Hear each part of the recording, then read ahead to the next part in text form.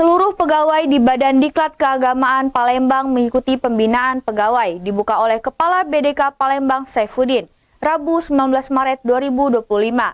Kegiatan ini diharapkan dapat memberikan motivasi kepada pegawai di BDK Palembang untuk terus meningkatkan kompetensi dan menjaga integritas.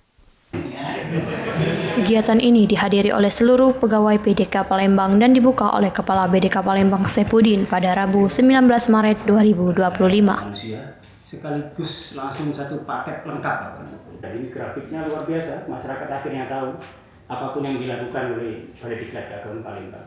Sekretaris BMPSDM Ahmad Zainul Hamdi dalam sambutannya menyampaikan bahwa BMPSDM adalah institusi yang memiliki tanggung jawab untuk mencerdaskan masyarakat. BMPSDM lah bertanggung jawab atas apakah pegawai itu berkompeten atau tidak. Itu adalah ada pada Ditjen Pendis, ditambah dengan Direktur Pendidikan di berbagai Ditjen selain Pendis. Sementara itu, Kepala BMPSDM Muhammad Ali Ramdhani juga memberikan pesan penting terkait integritas dalam pengabdian kepada masyarakat. Kementerian Agama saya kira sudah melekat kuat ya.